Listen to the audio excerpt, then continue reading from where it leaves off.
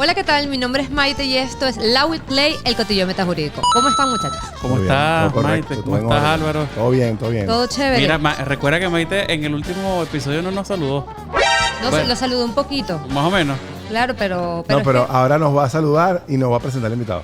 Claro. Exactamente. Lo que pasa es que en esta nueva temporada yo he tenido que modificar un poco el speech para poder darle la entrada a nuestros invitados y bueno, suelo enfocarme un poco más en adelante, ellos. adelante. Pero ellos saben, nuestros metacotilleros saben que ustedes están aquí con nosotros. No hay problema. No hay necesidad de introducir, yo iba a decir introducir, ¿ves? El inglés y el español, de presentar a las personas que me acompañan todos los... Sí. Pues dale. Dale, pues. Pero bueno, el día de hoy vamos a estar conversando con el profesor Roberto Jun. Ok. Qué maravilla. Un aplauso.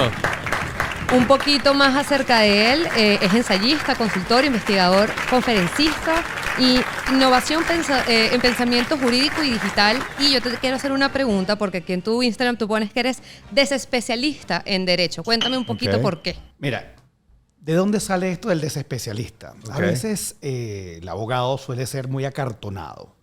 ¿Y qué pasa cuando eres muy acartonado? Entonces las ínfulas suben. Entonces, no, el especialista tal, el doctor tal. Entonces llega un momento que uno lanza cosas que vienen sin mayor, cuando digo sin mayor profundidad, es no quedarse en el específico caso del artículo tal, sino, mira, vamos a verlo de una manera mucho más amplia. Entonces, la desespecialización va en el sentido de abrazar distintas áreas de conocimiento, distintas áreas que no son, digamos, del dominio directo, pero para abordar determinados fenómenos. Es algo como que de ser más integral. Más integral, ¿no? Sí. De hecho, esa es la filosofía holístico del cotillo metajurídico. Nosotros siempre que vamos a invitar a alguien le decimos, mira, no es el formato del abogado acartonado flumarrón tradicional con camisa amarilla. Aquí ha recibido abogados flumarrón. Sí, los hemos, pero bueno, hemos tratado de llevarlos a nuestro terreno. No es fácil, a veces no es fácil, porque hay un esquema que hay que respetar. Pues nosotros queremos el invitado y sé que ustedes también. Pero bueno, mientras el invitado sea más como Roberto, creo que vamos a poder tener una charla más amena. Una brecha generacional que no sea tan amplia. Sí, claro.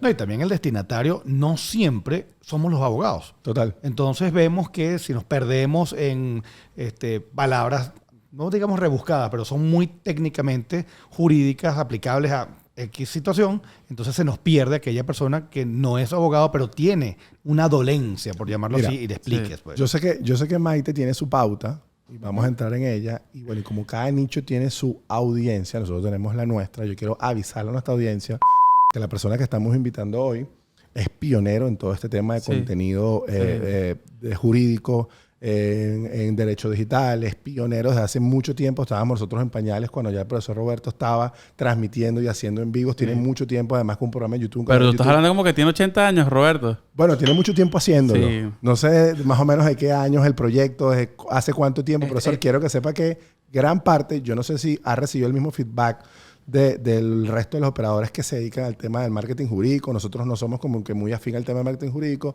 pero no sé si se recibió el mismo feedback. Lo cierto es que gran parte de nuestro formato, de alguna manera, ha recibido una fuerte influencia de todo el contenido que usted tiene muchísimo tiempo haciendo y pautando. Mira, si hay ahorita que estaba exponiendo, recordaba mi papá se graduó en el 66. Y él era un amante de lo que era tecnología, pero principalmente de los radios. Cuando no existían los celulares, mi papá andaba con un radio tal cual como los que tú ves que usan los cuerpos policiales, que incluso compró sus repetidoras, etcétera, y él los asistentes los tenía con radio. O sea, él iba y tenía, digamos, el expediente en vivo. Mire, doctor, está pasando esto. Te imaginarás cómo estuviera ahorita viendo todo esto que está ocurriendo y estos proyectos, ¿no?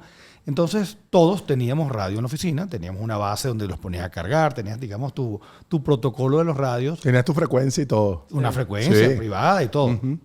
Y resulta que cuando empiezan las computadoras, él, digamos, ese pique padre-hijo generacional, él no podía entender que su hijo tuviera algo mejor que él. Entonces, como no sabía, le decía a las otras personas, mira, ¿qué computadora nueva hay? ¿Qué es mejor? Entonces, él tenía escáner, él tenía impresora de láser, él tenía las computadoras. Él fue, digamos, uno de los pioneros de esto. Y cuidado, sí, ese ánimo de mantenerse siempre como, digamos, pendiente de qué ocurre, y no solamente la tecnología por la tecnología misma, sino cómo ella funciona para mejorar los procesos y en este caso procesos judiciales. ¿Sabes qué? Aprovechando que me cae como anillo al dedo lo que acaba de decir Roberto, mi papá nació en el 66. Yo recuerdo ir a tribunales, vamos a ver, 2015, 2016, y yo trabajaba para esta firma, no voy a decir nombre, dejen el chisme. Pero tuvo un problema. No, pero bueno, eso ya lo hablamos en un capítulo, en un episodio del cotillón metajurídico. Y siempre se ha dicho en los tribunales, ¿sí? Siempre se ha nombrado en los tribunales el Chino Jun. A ver, ¿el Chino Jun eres tú o fue tu papá? Creo que debió haber sido mi papá.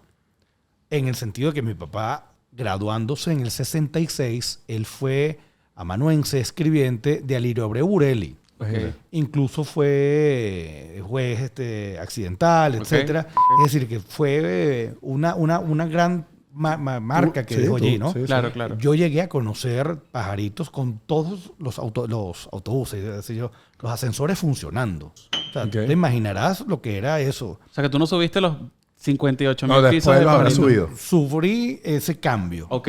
De tener que se paraban en todos los pisos. Sí. Luego era, digamos, por fases y luego se empezaron a dañar. Sí. Ahorita solo llegan al 15. Pero y tienes que subir unos cuantos pisos. Era mi papá. Sí. Y por supuesto allí quedará alguna referencia de obra propia, pero es la inercia del nombre. Yo quiero decir algo que no he dicho, que no he revelado. En esa época que yo estaba en tribunales, que trabajaba para este escritorio, tuvimos un caso. En ese caso, la contraparte era Roberto, esto no te lo he dicho. Pero no, o sea, no sé si es ético decirlo o no es ético. Habrá que ver si ese caso está vivo o está muerto. Ya estaba más que muerto. O sea, ¿Cuál será? Y no, es que no recuerdo. Te estoy hablando de hace como... ¿Pero llevaste palo? No, yo no, el escritorio. Sí, acaso fue el escritorio. Pero, ¿en qué año habrá sido? Porque papá estamos hablando de 2015, 2016. Papá fallece en el 2006. Hay algunas cosas que, digamos, ya también... Claro, seguramente era apoderado de un expediente muy viejo. Sí, el expediente era viejo. Bueno, hay expediente... Claro. Sí. Que tiene mucho tiempo. Sí, ¿qué tal? No, está bien. A mí me ha pasado que personalidades, pues personas que son referencia en el derecho, me las encuentro en expedientes. Nosotros lo estábamos hablando con Roberto y vamos a hablar de eso, del tema de la digitalización que nosotros hacemos y a ver, que yo vacío todo eso. O sea, los escritos, yo me consigo un abogado que sea referencia. No importa que haya fallecido hace 10 años y tengo el expediente en la mano y yo me vacío el escrito, me vacío el modelo de la demanda, porque tú estás de alguna manera entrando en la mente de esa persona en el momento que hizo el ejercicio intelectual de vaciar la información y eso me parece que es una fuente bibliográfica tremenda que muchos operadores deberían aprovechar. Es que incluso, mira, y esto lo agarro desde una conversación que tuvimos con la familia de Gustavo y amigos de su familia que hablaba acerca de un abogado bastante reconocido de este país que tenía una forma muy sucinta como escribir sus escritos. Entonces, los hijos hablan de que, bueno, ellos intentaban como, leer los escritos de su papá para poder comprender o para poder imitar un poco la eficiencia de eso, ¿no? De que parecía que prácticamente tenía como una fórmula magistral de que... Decir las cosas. Lo que pasa es... de decir las cosas. Yo voy a decir el nombre porque es como mi familia. Estamos hablando del doctor René de Sola, que era como... Sí, yo no me atreví a decirlo yo y que bueno. Era como el dios de los dioses del derecho. O sea, es como el papá de por ejemplo, en temas de derecho mercantil. Hay un caso súper famoso que recuerdo que logré, cuando estaba en vida, hablar con él, que la contraparte había consignado 500 páginas de escrito y él con 3 páginas ganó el caso y fue un caso de mucha envergadura en Venezuela. ¿Y tú no crees que ahí el nombre haya influido en algo? Puede ser. Claro. Sí, puede ser. De eso, en esa época había mucho tema con el nombre.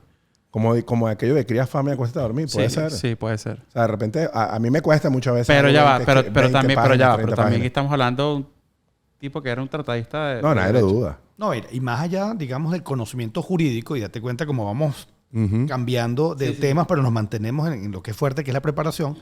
A veces no solamente son abogados, porque para poder escribir de esa manera, tú debes saber el lenguaje. Es decir, personas que estudiaban el castellano de una manera tal para poder, ni siquiera convencer, para poder poner claro y evidente algo que la contraparte a lo mejor te la va a tratar de tapar y enturbiar con 500 pruebas. Entonces vemos la importancia no solamente de aprenderse, digamos, la materia a la cual está obligado, sino también el dominio del lenguaje. Sí, no, y de diferentes áreas, ¿no? Voy a volver a darle la vuelta de este tema que estamos hablando.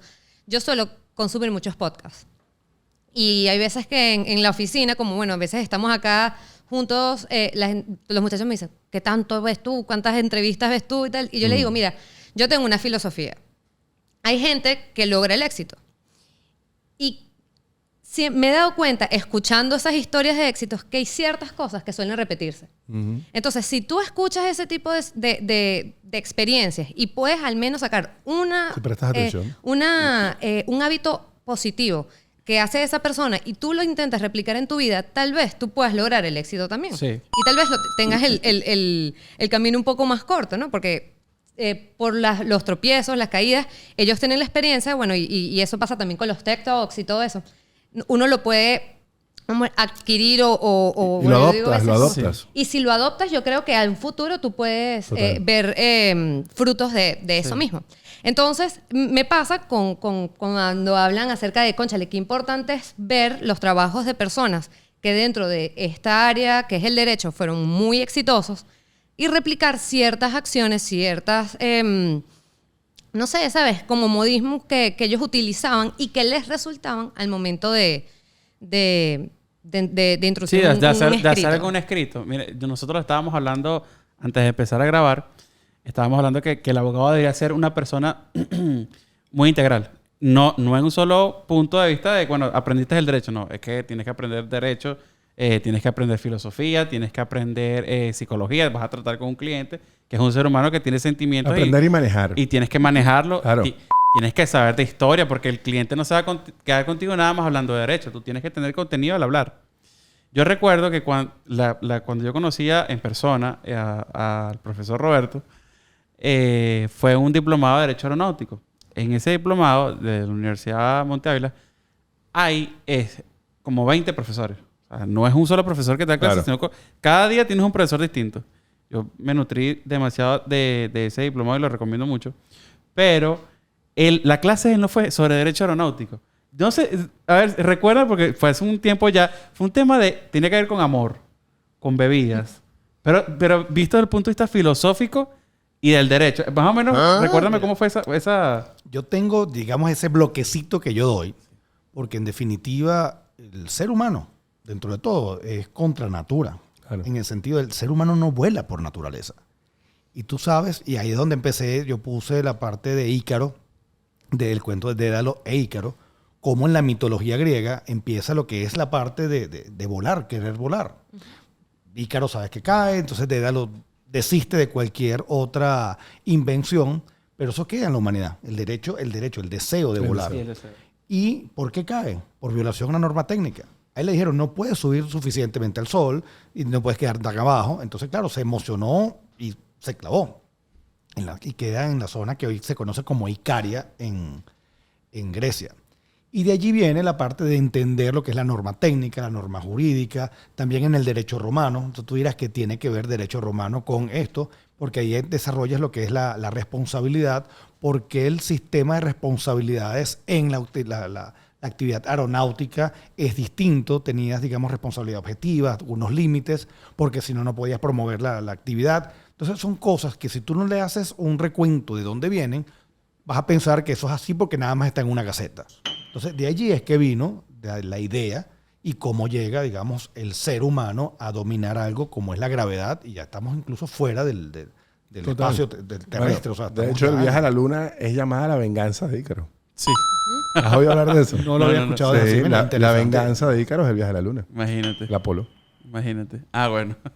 Claro, no, pero bueno, para que veas como todo está vinculado de alguna manera de lo que es el ser humano, que es crear, crecer, insistir. Creo que también hay un poco de eso. Mira, yo te voy a hacer una pregunta porque, bueno, ya nos hablaste un poco de tu padre y nos explicaste que, bueno, tal vez él fue como esa... como que ¿cómo? Tengo la palabra, pero no. Esa inspiración, exactamente, que tú tuviste al momento de crecer y ver una persona que era ejercía una carrera tan a veces complicada, tan tan luchada, ¿no? Porque cada caso es un mundo totalmente distinto y a veces puedes tener 20 mundos en un mismo momento. ¿Qué te hizo a ti tener esa como que esa curiosidad de quiero estudiar eso mismo? No, y te digo una cosa, yo estuve reñido, porque yo creo que muchos de nosotros en algún momento de la carrera estás reñido con la carrera, no solamente a lo mejor por los retos académicos, sino por las situaciones del día a día. Y te digo que yo sí estuve reñido en algún momento, incluso capaz de desistir. Afortunadamente no, pero por otro lado, eso también es lo que me ha impulsado a ver la realidad de las relaciones humanas y los conflictos que existen de otras maneras de tratarlos. Por ejemplo, cuando tú ves el tema de los contratos inteligentes, lo que estás es tratando de prever sistemas normativos al margen de la legislación como producto político de los estados para poder, digamos, regular las relaciones interpersonales y la resolución de potenciales conflictos que surgen. Entonces, eso ayuda a ver, porque lamentándolo mucho, todos sabemos, y no solamente el caso venezolano, o sea, todos sabemos que los estados muchas veces no dan las mejores soluciones, sino que las conseguimos en la economía, en el derecho, digamos, al margen, pues. Puede ser derecho sin justicia, sin Estado y otras soluciones que puede haber. Mira, a eso quería llegar yo, Roberto, porque seguramente quien ya te conoce de nuestra audiencia, quien ya ha tenido la posibilidad de stalkear tu perfil y ha visto tu material, pues sabe que eres muy afín a todo el tema de derecho digital, hablas mucho sobre blockchain, hablas mucho sobre los smart contracts y además que es contenido que manejas muy bien. Se nota que ha surcado una curva de aprendizaje sobre esos temas. Yo quería aprovechar, porque es que sería desaprovechar la oportunidad que estás acá con nosotros. Nos hables un poco sobre derecho digital, nos hables sobre la noción de derecho digital que tú manejas y nos hagas de repente un recopilatorio un poco, una cápsula pequeña de tantos que tú publicas en tus cuentas, en tus redes sociales. Sí, en Cultura Jurídica, ¿no? Culturajurídica.org. Bueno, básicamente, y cae también como tú iniciaste, como anillo al dedo, yo acabo de terminar el contenido, ya lo impartimos en la Universidad Central de Venezuela, que me invitaron los profesores Robinson Rivas y Antonio Rusonielo para dar un posgrado de blockchain y economía digital. Desde el punto de vista jurídico, cuando tú ves a todas las personas que les vienen a dar la parte jurídica, agarran su gaceta y dicen, bueno, el artículo tal dice esto y ahora lo vamos a regular así. Yo agarro y prácticamente, no lo hice, pero a veces yo saco mi gaceta y la rompo así y la pongo ahí. Olvidémonos de la gaceta. Y nos vamos y pongo una fotografía de la época de las cavernas para entender qué es el concepto de derecho. Primero es la imposición, por la imposición misma. El más grande al más pequeño. Y luego, como eso no se justifica, tú vas a decir, bueno, pero es que nosotros somos descendientes de Dios. Entonces viene así. Llega un momento que no se justifica a sí mismo. Entonces tú dices, bueno, las monarquías y luego, bueno, la ley. Pero la ley no deja de ser una creación también. Y tenemos cualquier cantidad de sentencias totalmente, digamos, infames. En muchos lugares del mundo, ¿no? Sí. Desde discriminación, desde... Claro. Por ejemplo, yo pongo mucho como ejemplo a Giordano Bruno. ¿Cuál fue el pecado o el delito de Giordano Bruno? Atreverse a decir abiertamente que no, que el sol no le da la vuelta a la tierra, sino es lo contrario. Y lo llevaron y lo quemaron. Entonces vemos como la tecnología es una manera de presentar hechos con una fortaleza argumentativa, verificación, que no la tienes. El argumento jurídico que tienes que hacer es convencer al juez, cuando esto es verificación. Cuando tú ves fenómenos basados en matemática, y no estamos hablando de matemática sencilla, el profesor Rusonielo, y digamos que el protagonista de esas clases era la criptografía con curvas elípticas en espacios limitados. ¡Wow! ¿Qué es eso? Y te empieza a explicar más o menos qué es lo que está detrás de blockchain, qué es lo que está detrás de uno de sus principales productos, que es Bitcoin. Tú dices, ¡wow! Valga uno, valga mil, ¿ok? Como producto. Y yo me atreví incluso de decir, y tengo hasta la presentación que es protocolo Bitcoin como sistema normativo, porque tienes hasta normas sustantivas y normas adjetivas dentro del protocolo Bitcoin. Y entonces, eso no lo va a entender cualquier abogado. Okay.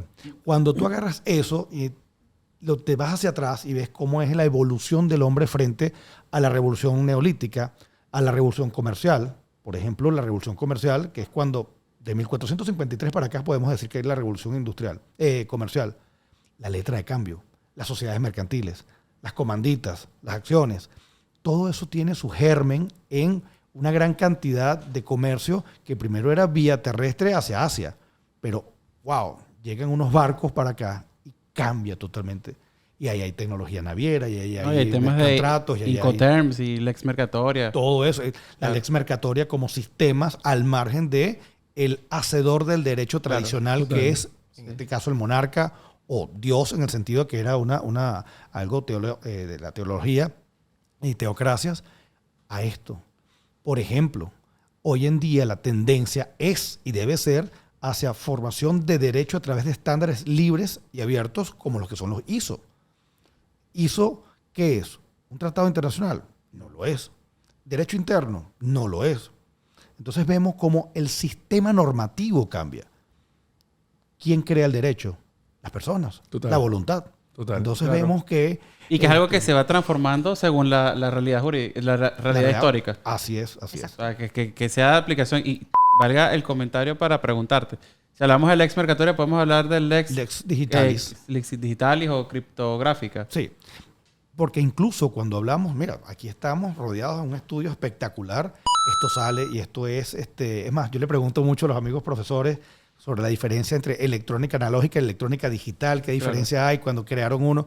Una cosa maravillosa. Y esto es verificable. Entonces, cuando tú tienes sistemas normativos que crecen así, también tienes sistemas de resolución de conflictos al margen de los estados. Lo que pasa es que tenemos, y tengo profesores que me regañan, pero yo voy a insistir, una creencia supersticiosa de lo que es el derecho, de lo que es la legislación y de lo que es el Estado. Entonces, todo es una superstición. No, el Estado lo viene a arreglar todo. Internet funciona porque tienes estándares libres y voluntarios. ¿Tú quieres proponer uno? Perfecto. Ahora, ¿no lo agarras? No hay. No sé si ustedes tienen algún conocimiento de lo que son los GitHub, que son los repositorios de cuando tienes software libre. Total. Ok, tú agarras y lo lanzas. Imagínate un repositorio o legislación libre bifurcable. Un sistema procesal. Y lo saca un centro de estudio de una universidad venezolana, apoyado por una de Colombia, y entonces tú lo vas agarrando. Versión CPC Latinoamericano Digital 1.0. Bueno, no, ahora tenemos el 2.0. Unos hackatones legislativos. Eso es lo que debería venir. ¿Quién crees tú que ejerza la mayor oposición o la mayor resistencia a estos cambios o a estas tendencias? ¿Dónde crees tú? Mira, vas a tener una oposición de los sectores tradicionales. Total. El juez tradicional, etcétera, que piensan que van a quedar por fuera. Y es todo lo contrario. Por ejemplo, la cantidad de conocimiento que tienes, por ejemplo, en el caso mercantil, la causa extraña no imputable. ¿Cómo eso, como concepto, lo metemos en un contrato?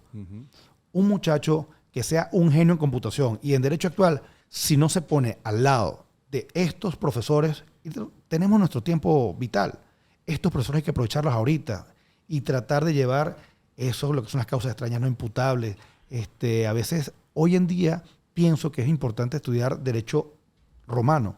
La capacidad que tenían los romanos para entender las instituciones. Wow, hay que quitarse el sombrero. Sí. Primero porque era muy difícil. Yo creo que para la época debió haber sido hasta mucho más complicado y que la mayoría de esas instituciones se siguen utilizando actualmente. De hecho, todavía te enseñan derecho romano por algo. Que uno cuando está en la carrera no es que le presta mucha atención porque estás, bueno, a lo mejor en una edad inmadura o simplemente no es algo que sea muy atractivo. Pero cuando estás en esto metido desde el punto de vista del estudio científico del derecho, te das cuenta de muchas cosas que dices, wow, pero ya esto se hablaba hace 2000 años. Ya esto yo creo que hay un tema y que fue la revelación de los romanos, que fue el cambio de paradigma. ¿Okay? Y yo creo que es lo que de alguna manera, y está concatenado con la pregunta que le decía a Roberto y lo que él me decía. O sea, también de repente el operador tradicional debería, y estos programas son espectaculares para eso, para tratar de incentivar ese cambio de paradigma, o sea, de entender de que, mira, móntate en la ola, están todos invitados a montarse en la ola y además es una ola que nos va a traer beneficios a todos, como nos dejó beneficios a todos el derecho romano. Entonces, claro, también hay que entender un poco, yo trataba de hacer el ejercicio, Roberto, y digo, oye, pero ¿cuál es el obstáculo? O sea, ¿por qué me pones la piedra de tranca? ¿Qué es lo que te cuesta? Yo tuve la oportunidad de ver clases bajo esta modalidad telemática y yo decía, claro, el profesor tiene que bajarse un momento del pedestal, porque entonces él tiene que empezar a interactuar con el alumno. Si él no conoce cómo funciona el tema de la aplicación y todo el tema telemático y cómo silencio el micrófono. O sea, si el profesor no sabe en ese momento, entonces este profesor tradicional que está acostumbrado a estar montado en una tarima y dirigir la clase en una sola dirección, que no sea bidireccional, entonces en ese momento eso es como que un punto de humildad para aterriza porque este lado del alumno te va a ayudar. Sí, Yo sí. creo que hacer este tema, o sea, propender el tema del derecho digital y los avances tecnológicos en beneficio del derecho, es masificar eso que vimos, esa pequeña muestra, porque hubo un muestreo con el tema de las clases por vía telemática. Nosotros lo hablamos en algún momento, en algún capítulo del profesor de Derecho. Siempre hemos dicho que las clases dinámicas suelen ser más divertidas y más digeribles. Entonces tienes estos profesores que de repente son ellos los que hablan. Sí. Dígame, los profesores que todavía dictan y toda la clase dictando, es como que, bueno, o sea, el contenido está en los libros, yo también sé leer. Es el tipo de profesores que tenemos que evitar. Espérate, que soy la autoridad en Sí, el o sea, aula. es que no puede ser. El respeto es una doble vía. Pero también que somos dispensables. O sea, cualquier persona es dispensable ante una situación como fue la de la pandemia. Te bajó los niveles y dijiste, ya va, espérate, ya no estoy en la posición que estaba antes. Es algo muy complicado. Mira, es un tema, pero date cuenta que no solamente es en el tema jurídico. Vemos como esto es transversal en todas las áreas de conocimiento en las cuales los muchachos jóvenes ahorita van a poder meterse en YouTube o cualquier página especializada de lo que les guste y te vas a ir a escuchar a una persona que ni siquiera conoce esto, ¿no? ¿Cuáles son las herramientas que Roberto Jun ha determinado, ha visualizado hasta ahora que pueden ser, de qué modo, es la pregunta, son las herramientas que Roberto Jun ha determinado hasta ahora que puede ser aprovechado en beneficio de la industria legal que nos ofrece el blockchain, este libro mayor distribuido? ¿Cuáles son esas herramientas que tú dices, mira, yo les voy a dejar aquí una pauta, esto son herramientas que se pueden aprovechar, estas son tendencias que propenden a la mejora de la industria y a la mejora del operador? Bueno, la marca, cuando hablan la marca de tiempo, o sea, lo que son los hash, que esos son lo que vas a poner tú en los libros, de todo va a venir marcado así. Eso, Ok. cuando digo todo es, aquí pudiéramos tener el registro segundo por segundo en tiempo real de las temperaturas o de la lluvia que cae. Total. Por supuesto, eso tiene efectos en un contrato de seguro. Total. Si En la actuaste cantidad. o no actuaste como buen padre de familia. Claro. Eso. O por supuesto, si se dio o no se dio el riesgo en el momento que existía el contrato. Total. Tenemos Raúl. un material que trata acerca de toda la historia, el por qué el Esequibo, por qué es de nosotros y por qué debería de seguir siendo de nosotros. Aquí en el Hay una cotilleo canción. metajurídico, Roberto, no sé cuál sea tu posición, nos las puedes contar luego. Aquí en el cotilleo metajurídico somos fieles creyentes de que ese equipo es nuestro. Sí. No pregonamos ciertos eslogans que andan por ahí, pero nosotros preparamos un material. Maite estuvo coordinando un Exactamente, y material. bueno, véanlo, está súper interesante. Y si tienen algún tipo de dudas, nos pueden conversar en nuestras redes sociales. Recuerden, es lawit.org.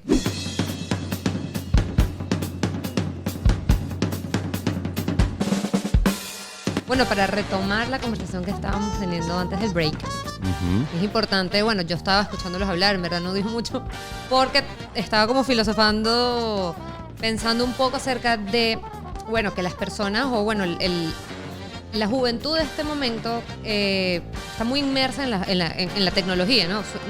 No suele pensar mucho por sí mismo, sino que utiliza la tecnología para poder resolver diferentes situaciones. Y bueno, las generaciones pasadas se hacen como que esa pregunta de qué pasaría si yo te quito el teléfono y te dejo en medio de la nada. Puedes utilizar la lógica, esta misma lógica que se utiliza para aplicar el derecho, ¿no? Porque realmente ustedes están hablando de los romanos y los romanos llegaron a ese punto fue aplicando lógica. ¿Qué pasa si hay dos personas peleando? Bueno, hay que mediar entre las dos partes. O sea, hay que buscar una persona que sea la indicada para mediar y así mismo fue evolucionando. Ustedes saben más que yo. Entonces, me Dices parece tú. que... ¿Qué? Sí, sí. Dices Dices tú. Bueno, la gente de los metacotilleros saben Puede, que... puede que derecho, porque bueno, estudiamos esta... A eso me refiero, de Exacto. derecho y de la historia del derecho, porque yo he podido entender un poco mediante hablamos y hago mis investigaciones, pero bueno, a mi parecer, y bueno, esto es muy subjetivo, es que no podemos satanizar ambos lados, ¿no? Uno tiene que utilizar la lógica, pero apoyándose en la tecnología, porque de ahí viene la evolución del humano. Si nosotros no nos empapamos de la novedad, de lo que está ocurriendo, y nos quedamos, como lo que estaba comentando Roberto al principio, que es que los abogados de la vieja escuela se quedan sentados como refunfuñando por qué el mundo está cambiando, y es que el mundo cambia todos los días.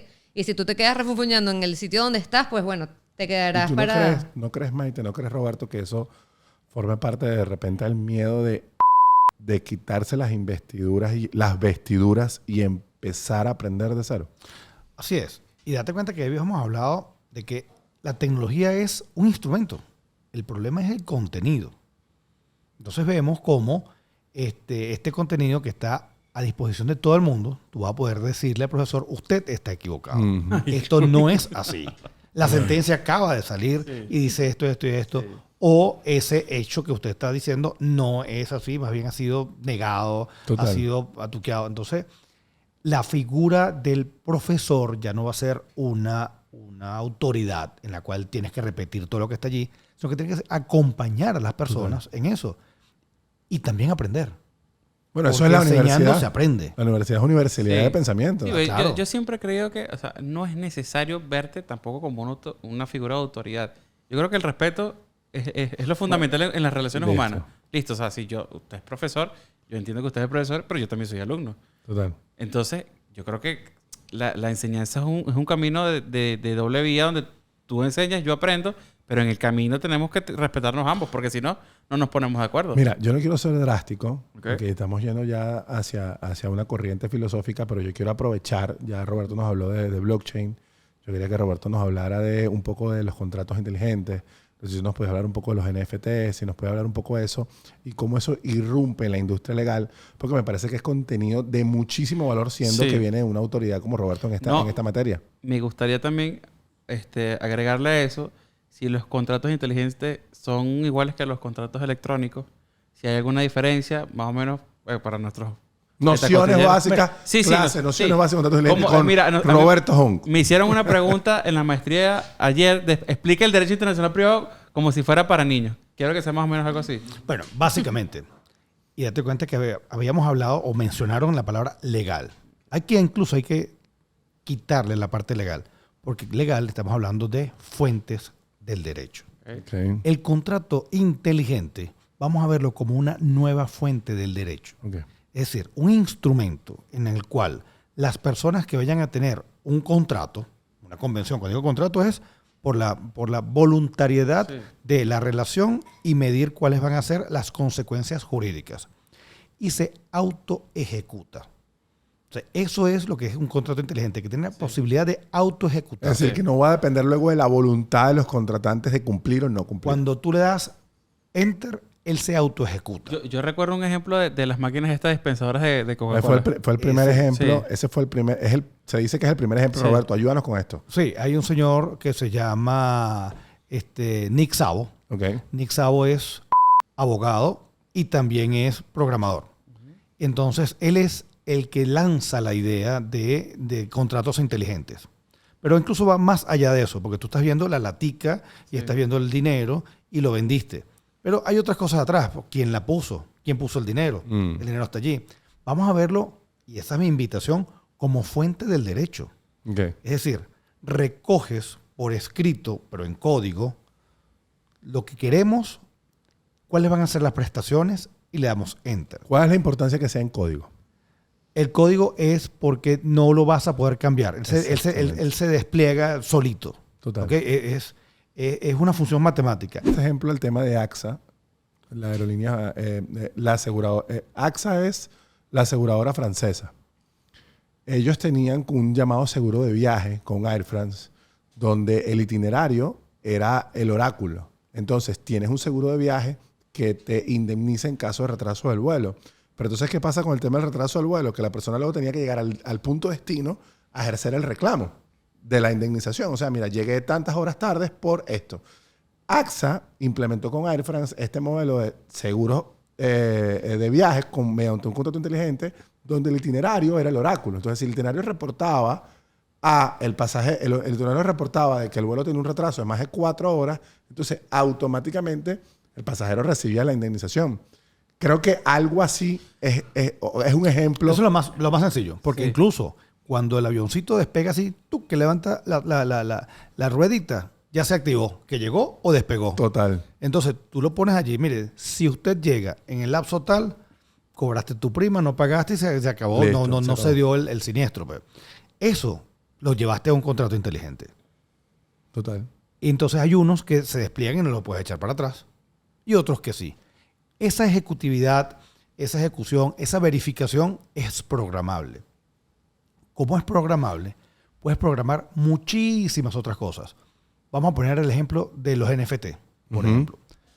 Imagínate un libro en NFT. Son 100 ejemplares, nada más. Yo puedo programar que ese libro, vamos a poner la cabeza que sea como un PDF, que tienes que ponerle una clave. Y si no, no la abres. Y esa clave se va generando. Y yo digo, nada más lo vas a poder ver 100 veces. Y si tú se lo pasas a alguien, un porcentaje de esa venta, un 5%, me llega a mí, a mi wallet. Total. Yo saqué 1000 ejemplares. ¿Qué pasa si yo la pego? A medida que yo diga, se puede abrir menos veces, va a subir de precio. Y cada vez que lo vendas, me va a llegar a mí. En este punto va a ser necesario que nos hables un poco de los NFT, una noción también básica, Roberto, sí. Que ayude a nuestro a metacullero. mí me gustaría entender, Total. yo no entiendo nada de los NFTs desde el punto de vista de la moda. Lo que hay muchas marcas que han recorrido a generar NFTs, bolsas, zapatos, que no podrías encontrar en el mundo real, están en los NFT. Y hay demandas Pero, incluso. Sí. Hermes, tú escribiste un artículo. Sí, no, está en proceso. Lo que pasa es que ya había perdido como un poco la vigencia, pero sí, está este caso de Hermes, que bueno, salió un NFT con la apariencia de una cartera de Hermes, y Hermes no es dueño de ese NFT. Entonces es como que, mira, tú no puedes lucrar basándose y lo estábamos hablando el otro día, el derecho de autor y lo que me pertenece, para una cosa que personalmente no comprendo. Mira, qué interesante, porque casualmente esta semana me tocó hablar de propiedad digital y NFT.